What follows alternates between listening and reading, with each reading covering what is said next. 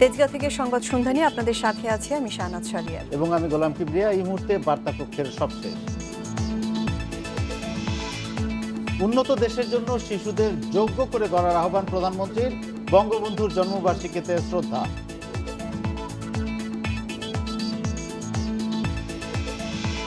দ্বিতীয় ধাপে ভোটের জন্য প্রস্তুত ১১৬ উপজেলা, ৩ পার্বত্য এলাকায় সেনা অনিয়মে কড়া ব্যবস্থা।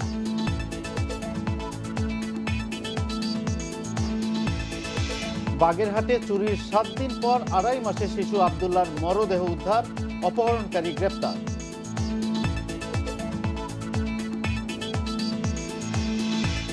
ক্রাইস্টচার্চ হামলায় ক্রিকেটারদের দীর্ঘমেয়াদী ট্রমার শঙ্কা, পর্যবেক্ষণে রাখার পরামর্শ চিকিৎসকের।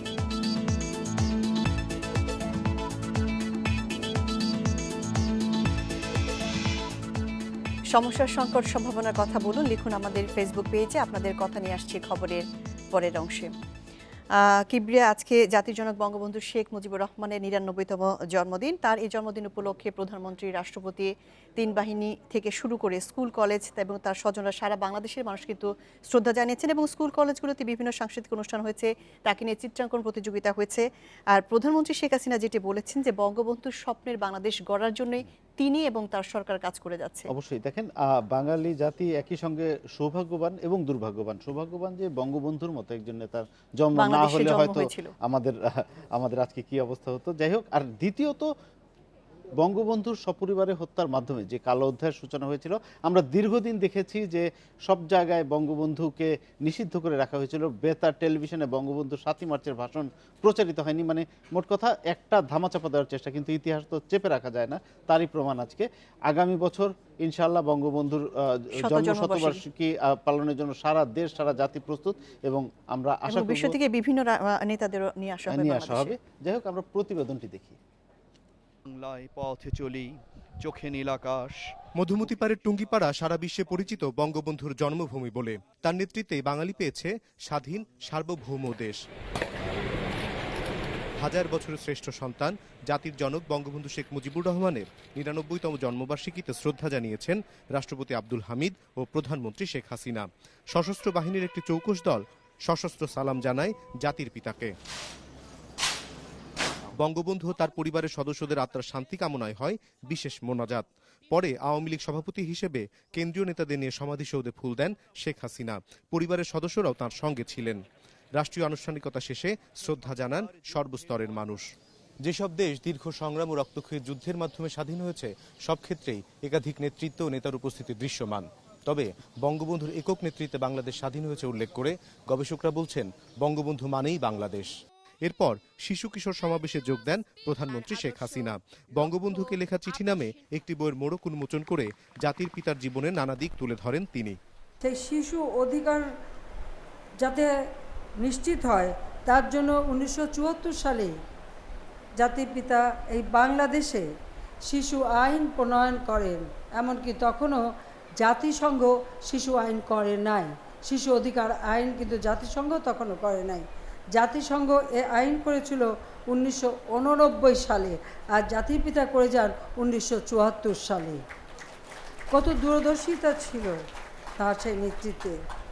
শিশুরা একদিন দেশে নেতৃত্ব দেবে জানিয়ে প্রধানমন্ত্রী বলেন, উন্নত সমৃদ্ধ বাংলাদেশ গড়তে এখন থেকেই নিজেদের যোগ্য করে গড়ে তুলতে হবে। তাদের শিক্ষার ব্যবস্থা, চিকিৎসার ব্যবস্থা, বাসস্থানের ব্যবস্থা, সুন্দরভাবে বাঁচার ব্যবস্থা, সব কিছু আমরা করার জন্য চেষ্টা করে যাচ্ছি যে বাংলাদেশের একটি মানুষের ক্ষুধার্ত থাকবে না, বিনা চিকিৎসায় কষ্ট পাবে না, সুন্দরভাবে জীবনযাপন করবে, উন্নত জীবন পাবে, সেটাই লক্ষ্য। পরে সাহিত্য ও সাংস্কৃতিক প্রতিযোগিতায় বিজয়ীদের পুরস্কার তুলে দেন শেখ হাসিনা। বইমেলা উদ্বোধন করে বিশেষ চাহিদা সম্পন্ন শিশুদের আঁকা বঙ্গবন্ধু ও বাংলাদেশ শীর্ষক চিত্র প্রদর্শনী ঘুরে দেখেন, উপভোগ করেন সাংস্কৃতিক অনুষ্ঠান। অনিমেষ কর, ইন্ডিপেন্ডেন্ট নিউজ, টুঙ্গিপাড়া, গোপালগঞ্জ। এদিকে জাতির পিতা বঙ্গবন্ধু শেখ মুজিবুর রহমানের ৯৯তম জন্মবার্ষিকী উপলক্ষে বঙ্গবন্ধুর প্রতিকৃতিতে ফুল দিয়ে শ্রদ্ধা জানিয়েছেন প্রধানমন্ত্রী শেখ হাসিনা। ধানমন্ডি ৩২ নম্বরে সকালে শ্রদ্ধা জানান তিনি। পরে আওয়ামী লীগের সভাপতি হিসেবে দলের নেতাকর্মীদের নিয়ে জাতির পিতার প্রতিকৃতিতে ফুল দেন শেখ হাসিনা। পরে তথ্যমন্ত্রী হাসান মাহমুদ সাংবাদিকদের বলেন, বঙ্গবন্ধুর স্বপ্ন বাস্তবায়নের অভিযাত্রায় শেখ হাসিনার নেতৃত্বে এগিয়ে যাচ্ছে দেশ। অন্যদিকে আওয়ামী লীগের ভারপ্রাপ্ত সাধারণ সম্পাদক মাহবুব উল আলম হানিফ জানান, বঙ্গবন্ধুর ১০০তম জন্মবার্ষিকী পালন করতে ব্যাপক প্রস্তুতি নেওয়া হয়েছে। সেই আয়োজনে আমন্ত্রণ জানানো হবে বিশ্ব নেতাদের।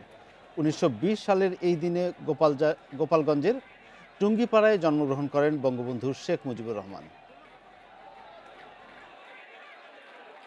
জাতির পিতার জন্মশত বার্ষিকী উপলক্ষে মূল যে আমাদের কর্মসূচিটা হবে, সেই কর্মসূচিতে আমরা আন্তর্জাতিক পরিমণ্ডল থেকে আমাদের বিভিন্ন আন্তর্জাতিক রাজনৈতিক নেতৃবৃন্দ এবং কবি সাহিত্যিক তাদেরকে আমরা আমন্ত্রণ জানানো হবে। বঙ্গবন্ধু কন্যা জননেত্রী শেখ হাসিনার নেতৃত্বে বঙ্গবন্ধুর স্বপ্ন পূরণের পথে বাংলাদেশ আজকে অদম্য গতিতে এগিয়ে চলছে এবং বাংলাদেশ এখন আর দরিদ্র দেশ নয়, বাংলাদেশ এখন মধ্যম আয়ের দেশ। বাংলাদেশ এখন আর খাদ্য ঘাটতির দেশ নয়, বাংলাদেশ এখন খাদ্য উদ্বৃত্তের দেশ। বঙ্গবন্ধুর জন্মদিন ও জাতীয় শিশু দিবসে শিশু কিশোরদের হাতে উঠেছে মুজিব গ্রাফিক নভেলের ৬ষ্ঠ পর্ব খাজার কারসাজি। বঙ্গবন্ধুর অসমাপ্ত আত্মজীবনী অবলম্বনে এই কমিক্স বুক সিরিজের প্রকাশক CRI এর পক্ষে বঙ্গবন্ধুর দৌহিত্র রাদওয়ান মুজিব সিদ্দিক এবং বিদ্যুৎ জ্বালানি খনিজ সম্পদ প্রতিমন্ত্রী নসরুল হামিদ। দেশের শিশু কিশোর ও তরুণ প্রজন্মের কাছে জাতির জনক বঙ্গবন্ধু শেখ মুজিবুর রহমানকে তুলে ধরতে ধারাবাহিকভাবে প্রকাশিত হচ্ছে গ্রাফিক নভেল মুজিব। বঙ্গবন্ধুর আত্মজীবনীকে শিশুদের উপযোগী করে তোলাই এই প্রকাশনার লক্ষ্য। ইংরেজির পাশাপাশি জাপানি ভাষায়ও প্রকাশিত হয়েছে এটি। ওনার জন্মদিন উপলক্ষে আমরা সবাই এটা খুব সুন্দর একটা উপহার পেয়েছি। মুজিব সিরিজের ৬ষ্ঠ পর্বে খাজা নাজিমুদ্দিনের নানা কূট কৌশলের বিপরীতে বঙ্গবন্ধুর অবস্থান তুলে ধরা হয়েছে বলে জানান বইটির সম্পাদক শিবু কুমার শীল। গান্ধী, লিঙ্কন, ম্যান্ডেলা এরকম বড় বড় রাজনৈতিক ব্যক্তিত্বদের নিয়ে তাদের জীবনী কেন্দ্রিক গ্রাফিক নভেল আমরা দেখতে পাই। তো ওই কালচারটার একটা মানে ধারাবাহিকতা এখানে। বঙ্গবন্ধুর যে কথা, তার জীবনের যে নানা রকম উত্থান পতন, এই গ্রাফিক নভেলের মতো একটা উদ্যোগের মধ্য দিয়ে মানুষের কাছে যাতে সেটা তুলে ধরা যায় এবং মানুষ নিজে সিদ্ধান্ত নেবে যে সে কোন পক্ষে থাকবে। নভেলটির গ্রাফিক শিল্পী রম্য ম্যাগাজিন উন্মাদ খ্যাত সৈয়দ রাশাদ ইমাম তন্ময় বললেন, এই গ্রাফিক নভেলের কাজ করা তার জন্য এক অসামান্য অভিজ্ঞতা। অনেক মজার আর লিডারশিপের গল্প আছে, সেলফ কনফিডেন্সের গল্প আছে। হ্যাঁ, যেটা আমরা একজন বাঙালি এরকম করতে পারে, তো নিজের কলিজার মধ্যে লাগে, তাহলে 19% আমিও তো পারবো। হ্যাঁ, তো ওই ইন্সপিরেশনগুলো, অনুপ্রেরণাগুলো তুলে নিয়ে আসার চেষ্টা করেছি আমরা। এই গ্রাফিক নভেলটি নিয়ে ভবিষ্যতে অ্যানিমেশন চলচ্চিত্র বানাতে চায় CRI। অনেক এরকম উদ্যোগ আছে যে একটা স্কুলে একটা কম্পিটিশন হচ্ছে, তারা CRI এর সঙ্গে যোগাযোগ করছে, প্রায় 1000 বা 2000 বই তারা ওখানে স্কুলে বাচ্চাদেরকে মনে করছে এটা দেওয়া দরকার। আর বঙ্গবন্ধুর উপরে আসলে এই ধরনের কন্টেন্ট তো কম, ফলে যাদের আগ্রহ আছে তারা কিন্তু আমাদের সঙ্গে যোগাযোগ করছে এবং এটা বেশ ভালো সংখ্যায় যাচ্ছে। জাতির জনক বঙ্গবন্ধু শেখ মুজিবুর রহমানের অসমাপ্ত আত্মজীবনী অবলম্বনে গ্রাফিক নভেল সিরিজ মুজিব প্রকাশিত হবে মোট 12 পর্ব। প্রতি পর্বের দাম রাখা হয়েছে 150 টাকা। Taimur Salahuddin, independent news, Dhaka. তেজগাঁয়ে প্রয়াত মেয়র আনিসুল হক সড়কের দুই পাশের দেয়ালে চিত্রাঙ্কনের মধ্য দিয়ে টানা পরিচ্ছন্নতা কর্মসূচি শুরু করেছে ঢাকা সিটি উত্তর কর্পোরেশন। মেয়রের দায়িত্ব নেওয়ার পর এই প্রথম বড় কর্মসূচি নিয়ে মাঠে নামলেন আতিকুল ইসলাম। ঢাকা বিশ্ববিদ্যালয়ের চারুকলা অনুষদের 180 শিক্ষার্থী দেয়ালে ফুটিয়ে তোলেন সুন্দর ঢাকার প্রতিচ্ছবি। দেয়ালে আঁকা অসংখ্য ছবি, শহীদ মিনার, বঙ্গবন্ধু শেখ মুজিবুর রহমানের ঐতিহাসিক 7ই মার্চের ভাষণ। ঢাকা বিশ্ববিদ্যালয়ের চারুকলা অনুষদের 180 শিক্ষার্থীর আঁকা ছবিতে ফুটে উঠেছে জাতীয় চেতনা ও ঐতিহ্য। তেজগাঁও ট্রাক স্ট্যান্ডের পাশে প্রয়াত মেয়র আনিসুল হক সড়কের দুই পাশের দেয়াল সেজেছে অপরূপ সাজে। দেয়াল চিত্রগুলোর মাধ্যমে এক একটা মেসেজ দেওয়া হয়েছে, যেমন এই দেয়াল চিত্রটা বোঝাচ্ছে মানুষ এবং গাছ তারা দুজনের জন্য বন্ধু। অন্তত ঢাকাটাকে পরিষ্কার পরিচ্ছন্ন করতে হবে, একটা ছোট জায়গা থেকে শুরু করলে না আস্তে আস্তে দেশটাকে তুলে ধরতে পারবো। ভাষা আন্দোলন, তারপর মুক্তিযুদ্ধ, এইসবের উপরেই ভিত্তি করে আমাদের এই দেয়াল চিত্রাঙ্কন। বঙ্গবন্ধু শেখ মুজিবুর রহমানের 99তম জন্মবার্ষিকী উপলক্ষে নগর পরিচ্ছন্নতায় টানা কর্মসূচি শুরু করেছে ঢাকা উত্তর সিটি কর্পোরেশন। প্রথম দিন রাস্তা পরিষ্কারে মেয়র আতিকুল ইসলামও অংশ নেন। নগরীর প্রতিটি ওয়ার্ডে ড্রেন, রাস্তা পরিচ্ছন্ন রাখার পাশাপাশি সম্মিলিত চেষ্টায় নান্দনিক ঢাকা গড়ার প্রতিশ্রুতি দেন মেয়র। এখানে কোনো ট্রাক থাকবে না। আপনারা দেখেছেন, আমি আজকে বলেছি যে আপনারা প্রতিজ্ঞা করুন যে এখানে কোনো ট্রাক এবং কোনো কাভার ভ্যান থাকবে না, এবং তারা সবাই প্রতিজ্ঞা করেছে যে এখানে কিছু থাকবে না। আমি আশা করি, ওনাদেরকে অনুরোধ করব, আসুন আমরা ভয়ে না ভালোবেসে দেশকে এগিয়ে যাবো।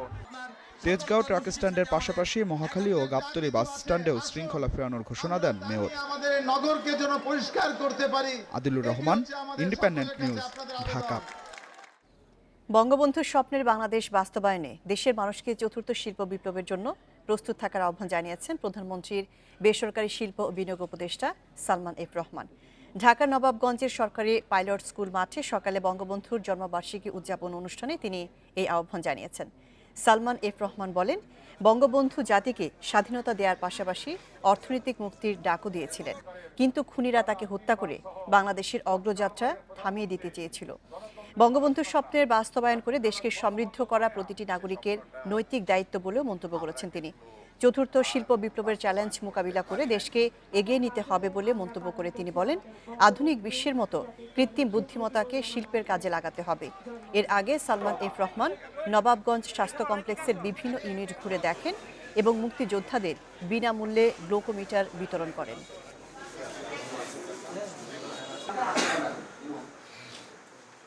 ভবিষ্যতে কিন্তু আরও আমরা কিন্তু এই যে ফোর্থ ইন্ডাস্ট্রিয়াল রেভলিউশনটা হবে, এটার জন্য কিন্তু আমাদের সবাইকে থিওরি হতে হবে। ওই চ্যালেঞ্জটা আমাদের মুভ করতে, ওটার জন্য যদি আমরা থিওরি না হই, ওই চ্যালেঞ্জটা মোকাবিলা করার জন্য যদি আমরা থিওরি না হই, তাহলে ভবিষ্যতে বাংলাদেশ দেশ হিসাবে কিন্তু এই যে চ্যালেঞ্জটা আসবে সেটা আমরা কিন্তু ব্যর্থ হয়ে যেতে পারি। সেটার জন্য আমাদেরকে এখন থেকে রেডি হইতে হবে। কিবরিয়া দ্বিতীয় ধাপে ১১৬টি উপজেলাতে আগামীকাল ভোট হচ্ছে এবং এই দফাতেও কিন্তু 3টি পদে বিনা প্রতিদ্বন্দ্বিতায় 38 জন প্রার্থী জয়ী হচ্ছেন। কমিশন বলছে যে বেশ কিছু রাজনৈতিক দল নির্বাচনে না আসা এমনটি হচ্ছে। আর নিরাপত্তার কথা যদি বলি, প্রায় 1.5 লাখ আইনশৃঙ্খলা বাহিনীর সদস্য কাজ করছেন। 3টি পার্বত্য উপজেলাতে থাকছে সেনাবাহিনী এবং বিধি ভঙ্গের বিরুদ্ধে ব্যবস্থা নিতে কাজ করছেন 250-এর বেশি ম্যাজিস্ট্রেট। আর ইসি সচিব জানিয়েছেন যে ভোট সুষ্ঠু করতে কঠোর অবস্থানে থাকছে কমিশন। দেখেন, এই নির্বাচন, উপজেলা নির্বাচন তো কয়েক ধাপে হচ্ছে। শুরু থেকেই কিন্তু আমরা দেখছি যে নির্বাচন কমিশন অন্তত উপজেলা নির্বাচনে তাদের নির্বাচনী আচরণবিধি ভঙ্গ বা অন্য কোনো বিষয়ে কঠোর অবস্থান নিয়েছে এবং এটি অবশ্যই আমরা সাধুবাদ জানাই। নির্বাচন কমিশন নিয়ে নানা রকম প্রশ্ন উঠেছে। সম্প্রতি সংসদ নির্বাচনের পর আমরা দেখেছি যে বিরোধী দল অনেক অভিযোগ করেছে। যাই হোক, অনেক কথা হয়েছে। এখন নির্বাচন কমিশনের দায়িত্ব হচ্ছে কি তাদের ইমেজ পুনরুদ্ধার করা এবং এটা জাতির কাছে প্রমাণ করা যে তারা নিরপেক্ষ নির্বাচন অবশ্যই চেষ্টা করছে। আমরা আশা করব যে কোনো রকম বড় ঘটনা, দুর্ঘটনা ছাড়াই উপজেলা নির্বাচনটা অন্তত হয়ে যাবে। আমরা প্রতিবেদনটা দেখি। 7 ফেব্রুয়ারি দ্বিতীয় ধাপের উপজেলা নির্বাচনের তফসিল অনুযায়ী 17 জেলার 129 উপজেলায় ভোট 18 মার্চ। মনোনয়নপত্র দাখিলের শেষ তারিখ। শুরুতে 129 উপজেলায় নির্বাচনের কথা থাকলেও আদালতের নির্দেশে স্থগিত হয় গাইবান্ধার গোবিন্দগঞ্জের ভোট।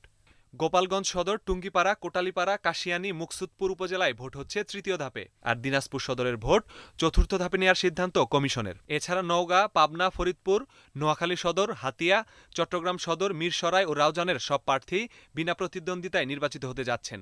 এতে সোমবার ভোট হচ্ছে 116 উপজেলায়। 116 উপজেলার মধ্যে প্রতিদ্বন্দ্বী না থাকায় চেয়ারম্যান পদে ভোট হচ্ছে না 17টিতে, আর ভাইস চেয়ারম্যান পদে 7 ও নারী ভাইস চেয়ারম্যান পদে নির্বাচন হচ্ছে না 5 উপজেলায়। কমিশন বলছে বেশ কিছু রাজনৈতিক দল ভোটে না আসায় সৃষ্টি হয়েছে এ পরিস্থিতির। যেহেতু একটি বৃহৎ রাজনৈতিক দল এখানে অংশগ্রহণ করে নাই, স্বাভাবিকভাবে নিজেদের দলের মধ্যে যাতে দলীয় কোন্দল না হয়, স্থানীয় নেতৃবৃন্দ হয়তো নিজেদের মধ্যে আলাপ আলোচনা করে এই বিষয়টা করে থাকেন। এ ধাপের ভোটে চেয়ারম্যান প্রার্থী 364, ভাইস চেয়ারম্যান প্রার্থী 541 আর নারী ভাইস চেয়ারম্যান পদে লড়ছেন 394 জন। ভোটার 1,79,09,000-এর বেশি, কেন্দ্র 7,039টি। নিরাপত্তায় মাঠে থাকছেন 1.5 লাখের বেশি আইন শৃঙ্খলা বাহিনীর সদস্য। স্ট্রাইকিং ফোর্স হিসেবে মাঠে থাকছে র্যাব, বিজিবি। 3 পার্বত্য জেলায় মোতায়েন থাকছে সেনাবাহিনী। বিধিভঙ্গের বিরুদ্ধে ব্যবস্থা নিতে কাজ করছেন 250-র বেশি ম্যাজিস্ট্রেট। এদিকে রোববার বিকেলে ভোটের সার্বিক পরিস্থিতি নিয়ে সংবাদ সম্মেলন করেন ইসি সচিব। জানান ভোট সুষ্ঠু করতে কঠোর অবস্থানে কমিশন। অনিয়মের অভিযোগে এরই মধ্যে 2 থানার ভারপ্রাপ্ত কর্মকর্তাকে প্রত্যাহার ও 4 ভারপ্রাপ্ত কর্মকর্তাকে দায়িত্ব থেকে দেওয়া হয়েছে অব্যাহতি। মৌলভীবাজারের কোলাউড়া উপজেলা, গাইবান্ধার ফুলছড়িতে 2 জন থানার ভারপ্রাপ্ত কর্মকর্তা, তাদেরকে বদলি করা হয়েছে। নির্বাচন উপলক্ষে যানবাহন চলাচলে বিধিনিষেধ থাকায় 3 পার্বত্য জেলা সিলেট ও মৌলভীবাজারে পর্যটনে নিরুৎসাহিত করেছে commission. Masudur Rahman, independent news, Dhaka. উপজেলা নির্বাচন নিয়ে আরও জানাতে নওগাঁ এবং ফরিদপুর থেকে যোগ দিচ্ছেন সহকর্মীরা। প্রথমে যাচ্ছি নওগাঁর পরিস্থিতি জানতে আমাদের সহকর্মী সাদিকুল ইসলামের কাছে। সাদিকুল, সবগুলো কেন্দ্রে নির্বাচনী সরঞ্জাম কি পৌঁছেছে?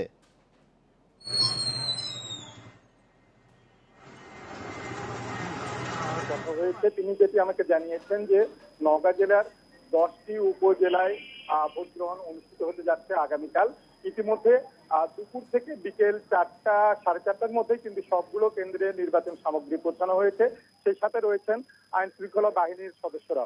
একটি তথ্য আপনাকে জানিয়ে রাখি যে নওগাঁ জেলার 11টি উপজেলার মধ্যে নওগাঁ সদর উপজেলায় সবকটি পদেই প্রার্থীরা বিনা প্রতিদ্বন্দ্বিতায় নির্বাচিত হওয়ায় এই উপজেলায় কিন্তু নির্বাচন অনুষ্ঠিত হচ্ছে না।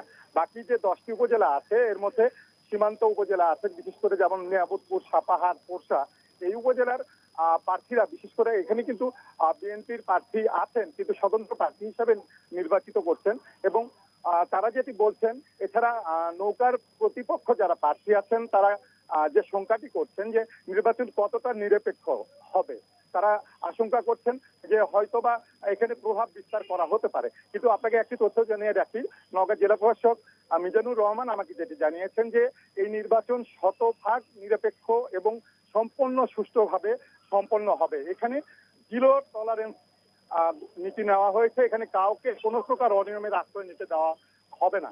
আরেকটি তথ্য আপনাকে জানিয়ে রাখি যে নওগাঁ জেলার মোট 608টি কেন্দ্রের মধ্যে পুলিশ প্রশাসন 123টি কেন্দ্রকে অতি গুরুত্বপূর্ণ কেন্দ্র হিসাবে চিহ্নিত করেছে এবং এই কেন্দ্রগুলোতে কিন্তু এই অতি গুরুত্বপূর্ণ কেন্দ্রগুলোতে কিন্তু অতিরিক্ত নিরাপত্তামূলক ব্যবস্থা নেওয়া হয়েছে। আর এবার ফরিদপুরের পরিস্থিতি জানবো শেখ মফিজুর রহমানের কাছ থেকে। মফিজুর, নির্বাচনী এলাকায় আইন শৃঙ্খলা পরিস্থিতি কেমন দেখতে পাচ্ছেন? নির্বাচনী পরিবেশ নিয়ে প্রার্থীরা কোনো ধরনের অভিযোগ করছে কিনা এবং এই নির্বাচনকে ঘিরে ভোটারদের মধ্যে কেমন উৎসাহ উদ্দীপনা দেখতে পাচ্ছেন? আপনাকে জানিয়ে রাখছি যে আগামীকাল কিন্তু ফরিদপুরের 9টি উপজেলার মধ্যে 8টি উপজেলাতে নির্বাচন অর্থাৎ উপজেলার পরিষদ নির্বাচন অনুষ্ঠিত হতে যাচ্ছে এবং এই 8টি উপজেলাতে প্রত্যেকজন প্রার্থী কিন্তু প্রতিদ্বন্দ্বিতা করছে। এর মধ্যে কিন্তু আওয়ামী লীগের পাশাপাশি জাতীয় পার্টি এবং বিএনপি নির্বাচন না করলে বিএনপি কিন্তু 3টি উপজেলা প্রার্থী আছে, স্বতন্ত্র প্রার্থী নির্বাচন অংশ নিচ্ছে, পাশাপাশি আওয়ামী লীগের বিদ্রোহী প্রার্থী আছে, সব প্রত্যেকটি 8টি উপজেলাতে, যে কারণে কিন্তু নির্বাচনটা প্রচন্ড উৎসবমুখর এবং প্রচন্ড প্রতিদ্বন্দ্বিতাপূর্ণ হবে বলে ধারণা করছে এলাকাবাসী। আমি কথা বলেছি রিটার্নিং কর্মকর্তার সঙ্গে, তিনি বলেছেন যে নির্বাচন অবাধ এবং শান্তিপূর্ণ করার লক্ষ্যে আমাদের যতগুলো প্রস্তুত আইন শৃঙ্খলা বাহিনী সর্বাধিক সতর্ক এবং ইতিমধ্যে সবাইকে স্ব এলাকাগুলোতে উপজেলাগুলোতে পাঠানো হয়েছে। অন্যদিকে ফরিদপুরের এবারে 649টি ভোট কেন্দ্রে 10,68,000-এর বেশি ভোটার কিন্তু ভোট প্রয়োগ করবে এবং এই প্রস্তুতি রয়েছে নির্বাচন কমিশনের ফরিদপুরের যারা দায়িত্বে আছেন তাদের কাছে। তো আমি আপনাকে বলে রাখি একটা কথা, সেটা হচ্ছে ফরিদপুর 4 সংসদীয় আসন এবং ফরিদপুর 2 সংসদীয় আসন, এই দুটি সংসদীয় আসনে কিন্তু 5টি উপজেলা, সেই 5টি উপজেলা কিন্তু প্রার্থীদের মধ্যে মানে উত্তাপ ছিল, যে কারণে গতকালকে পর্যন্ত আমরা সংখ্যার মধ্যে ছিলাম রাষ্ট্র নির্বাচন কোনোটা বন্ধ হয় কিনা এখানে একটি বিষয়। তো আইন শৃঙ্খলা বাহিনী বিশেষ করে বিজিবি এলাকায় যাওয়ার পর ম্যাজিস্ট্রেট ভ্রাম্যমাণ আদালত যাওয়ার পর কিন্তু পরিস্থিতি অনেকটাই শান্ত এবং সুন্দর পরিবেশে ভোট হবে এমনটি আইন শৃঙ্খলা বাহিনী থেকে জানানো হয়েছে আমাদের এবং জেলা রিটার্নিং কর্মকর্তা জেলা ম্যাজিস্ট্রেটের সাথে আমরা কথা বলে আমরা এমনটি জানতে পেরেছি। ধন্যবাদ আপনাকে। উপজেলা নির্বাচন নিয়ে নওগাঁ এবং ফরিদপুর থেকে জানাচ্ছিলেন আমাদের সহকর্মীরা। ডাকসু নির্বাচনে অনিয়ম কারচুপির অভিযোগ এনে পুনঃ তফসিল এবং ঢাকা বিশ্ববিদ্যালয়ের উপাচার্য সহ নির্বাচনে দায়িত্ব পালনকারী শিক্ষক কর্মকর্তাদের পদত্যাগ দাবি করেছেন ডাকসুর ভিপি নুরুল হক নুরু। বিকেলে মধুর ক্যান্টিনে সাধারণ ছাত্র অধিকার সংরক্ষণ পরিষদের সংবাদ সম্মেলনে নুরুল হক দাবি করেন নির্বাচনে সাধারণ শিক্ষার্থীদের কাঙ্ক্ষিত স্বপ্ন বাস্তবায়িত হয়নি। অভিষেক প্রশ্নে তিনি জানান সব প্যানেলের সঙ্গে আলোচনা করেই এ বিষয়ে সিদ্ধান্ত নেওয়া হবে। এদিকে ডাকসু নির্বাচন বাতিলের দাবিতে সম্মিলিত 5টি প্যানেল সোমবার সব একাডেমিক কার্যক্রম বর্জনের ঘোষণা দিয়েছে। এছাড়া বেলা 11টা থেকে রাজু ভাস্কর্যের সামনে একত্রিত হয়ে ভিসির কার্যালয়ের সামনে অবস্থান কর্মসূচি পালনের ঘোষণা দিয়েছে তারা। এই নির্বাচন পুনরায় দিতে হবে, যেখানে অবাধ সুষ্ঠু নিরপেক্ষ নির্বাচন হবে এবং এই নির্বাচনের সাথে সংশ্লিষ্ট সকল কর্মকর্তা যারা বিভিন্ন বিতর্কিত ভূমিকা রেখেছে তাদের পদত্যাগ করে আমরা যারা একসাথে আন্দোলন করতেছি যুগোৎপদভাবে তাদের সাথে আলোচনা করে সিদ্ধান্ত নেব যে আমি দায়িত্ব নেব কিনা। এটা আগেরই কিন্তু। বাগেরহাটের মোড়লগঞ্জে জানালার গ্রিল কেটে চুরির 7 দিন পর 2.5 মাস বয়সী শিশু আব্দুল্লাহর মরদেহ উদ্ধার করেছে পুলিশ। এই ঘটনায় আটক হৃদয় চাপরাশি স্বীকার করেছেন মুক্তিপণের জন্যই শিশুটিকে চুরি করা হয়েছিল। কান্নাকাটি করায় পরে হত্যা করা হয় শিশুটিকে।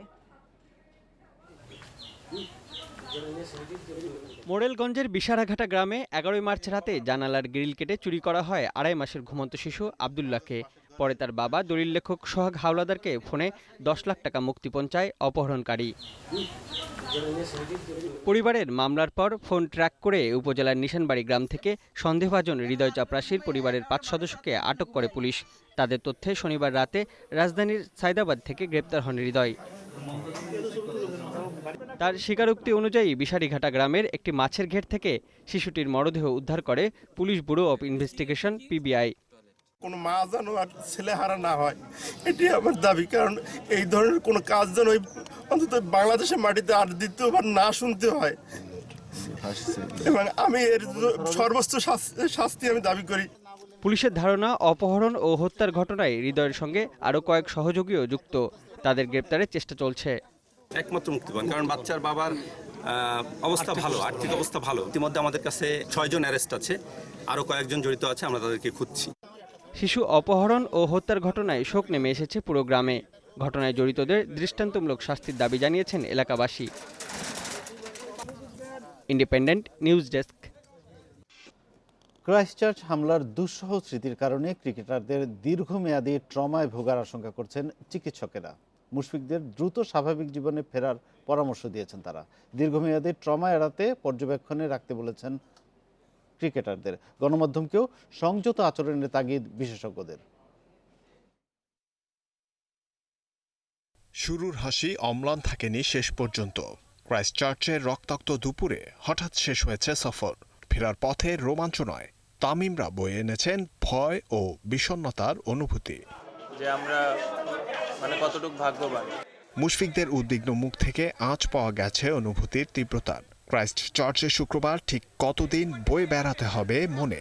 ঠিকমতো শুশ্রূষা না হলে দীর্ঘ হতে পারে ট্রমা, বলছেন চিকিৎসকেরা। যদি দীর্ঘায়িত হয় এই ট্রমা, দীর্ঘায়িত মানে যদি এটা ধরো এটা 28 দিন পেরিয়ে গেল, তখন এটাকে বলে পোস্ট ট্রমাটিক স্ট্রেস ডিসঅর্ডার। সেটা একটা মানসিক অ্যাংজাইটি গ্রুপের একটা রোগ। তো এই রোগটা স্থায়ী হতে পারে। পোস্ট ট্রমাটিক স্ট্রেস ডিসঅর্ডার থেকে বাঁচতে পর্যবেক্ষণে গুরুত্ব দিচ্ছেন চিকিৎসকেরা। বিপজ্জনক হতে পারে একা সময় কাটানো, পরামর্শ পরিবার স্বজনদের সাথে সময় কাটানোর। অ্যাক্টিভলি তার কথা শোনা, কিন্তু এখানে মনে রাখতে হবে শুনতে গিয়ে যেন আমি বলার জন্য তাকে চাপাচাপি না করি, বারবার জন্য তাকে খোঁচাখুচি না করি। এই জিনিসটা আমরা করে ফেলি। বন্ধু বান্ধবরা কি হয়েছে একটু বলতো, কি হয়েছে একটু বলতো, এইসব বলা যাবে না। যদি সে স্বতঃস্ফূর্তভাবে বলতে চায়, আমরা বলি এটা ইমোশনাল ক্যাথারসিস হয়। গত বছর জিম্বাবুয়ে সিরিজের আগে টাইগারদের সাথে যোগ দিয়েছিলেন মনোবিদ আলী আজহার। তার সেশনগুলো তামিমদের সাহায্য করেছে কঠিন সময়ে শক্ত থাকতে। চাপ কাটিয়ে উঠতে ক্রিকেটারদের নির্ভর রাখার পরামর্শ দিয়েছেন সংশ্লিষ্টরা। গণমাধ্যম কর্মীদের প্রতি আহ্বান সংযত আচরণের। বারবার আমি মাইক বাড়িয়ে দিচ্ছি, এটা ঠিক নয়। জহিরুল ইসলাম, ইন্ডিপেন্ডেন্ট নিউজ, ঢাকা। জানতে চেয়েছিলাম আপনাদের সমস্যার সংকট সম্ভাবনার কথা। জানিয়ে দিচ্ছি আপনাদের পাঠানো কিছু চিঠি।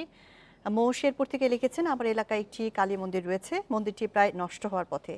সরকারি অনুদান দেয়া হলেও খুব বেশি উন্নয়ন হয়নি। মন্দিরের উন্নয়নে দ্রুত ব্যবস্থা নিতে কর্তৃপক্ষের দৃষ্টি আকর্ষণ করছে। লক্ষ্মীপুর থেকে লায়লা বলছেন, লক্ষ্মীপুর জেলার কমলনগর এবং রামগতির ভুলোয়া নদ দখলমুক্ত করতে তিনি কর্তৃপক্ষের পদক্ষেপ চেয়েছেন। অনন্য বরিশাল থেকে বলেছেন যে আমাদের এলাকার বিভিন্ন দোকানে মেয়াদ উত্তীর্ণ খাবার বিক্রি হয়, যা স্বাস্থ্যের জন্য খুবই হুমকি। দ্রুত প্রশাসনের হস্তক্ষেপ কামনা করছি। আমাদের লিগে পাঠানোর জন্য আপনাদের ধন্যবাদ। আশা করি কর্তৃপক্ষ নজর দিবেন। এই ছিল সংবাদ সন্ধ্যায়। শেষ করার আগে শিরোনামগুলো আরেকবার। উন্নত দেশের জন্য শিশুদের যোগ্য করে গড়ার আহ্বান প্রধানমন্ত্রীর। বঙ্গবন্ধুর জন্মবার্ষিকীতে শ্রদ্ধা।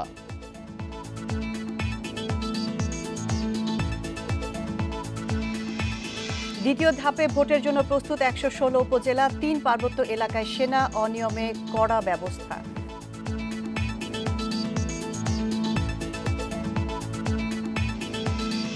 বাগেরহাটে চুরির 7 দিন পর 2.5 মাসের শিশু আব্দুল্লাহর মরদেহ উদ্ধার, অপহরণকারী গ্রেপ্তার।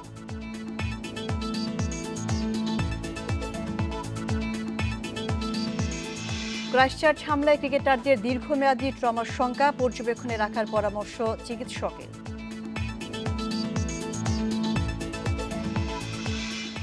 এই ছিল আজকের সংবাদ সন্ধ্যায়। আমন্ত্রণ পরের আয়োজন এডিটরস ক্রিকেট।